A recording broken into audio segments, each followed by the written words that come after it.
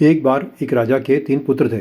राजा अपने पुत्रों को व्यवहार कुशल बनाने के लिए कोई ना कोई कार्य देता रहता था ताकि उसके बच्चों को व्यवहारिक ज्ञान हो सके। राजकुमार आने वाले समय में पूरी कुशलता के साथ शासन संभाल सकें। एक बार राजा ने अपने तीनों पुत्रों से कहा, हमारे राज्य में कोई नाशपाती का पेड़ नहीं है। मैं चाहता हूँ कि तुम तीनों जाकर नाशपाती का पेड़ ढूंढ कर आओ। वहाँ से लौटकर मुझे बताना कि नाशपाती का पेड़ देखने में कैसा होता है, नाशपाती का पेड़ कैसा दिखता है।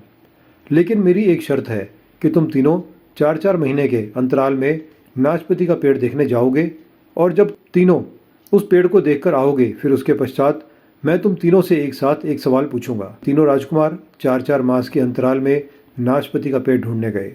नाशपाती का पेड़ दूसरे राज्य की सीमा में था। बारी बारी से तीनों पेड़ का निरीक्षण कर वापस लौट आए। आज हम बात कर रहे हैं मेडिटेशन की। मेडिटेशन के अंदर क्या क्या गलतियां होती हैं। हम सभी लोग मेडिटेशन करना चाहते हैं, मेडिटेशन करते भी हैं, लेकिन क्या कहीं ऐसा तो नहीं कि हम भी वो गलतियां कर रहे हों कि जिसके कारण हमें उसके जो रिजल्ट मिलने चाहिए, जो परिणाम हमें मिलने चाहिए, वो वैसे नहीं मिलते। कि मेडिटेशन हमारे लिए क्यों ज़रूरी है। सबको पता है कि अपने विचार चल रहे हो, मन में शांति चाहिए हो, हमारा मन कहीं भटक रहा हो, मन में हमारे स्ट्रेस हो, डिप्रेशन हो, इरिटेशन हो, नेगेटिविटी हो, उन सब चीज़ों से बचने के लिए, उन सब चीज़ों को समाप्त करने के लिए हम मेडिटेशन का सहारा लेते हैं। मेडिटेशन करने के बाद हम इन सब चीज़ों पर विजय पा लेते हैं और अपनी ज़िंदगी को बहुत अच्छे तरीके से, सामान्य तरीके से जीना शुरू कर देते हैं।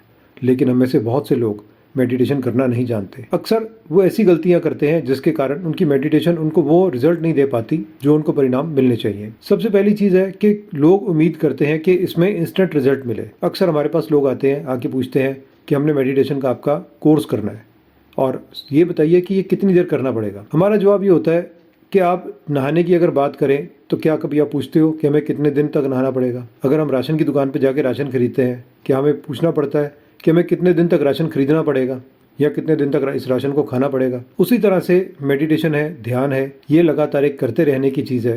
निरंतर अभ्यास और धैर्य, अगर ये 2 चीज़ें अगर हम अपनी लाइफ में लेके आते हैं तो मेडिटेशन बहुत अच्छे रिजल्ट देती है।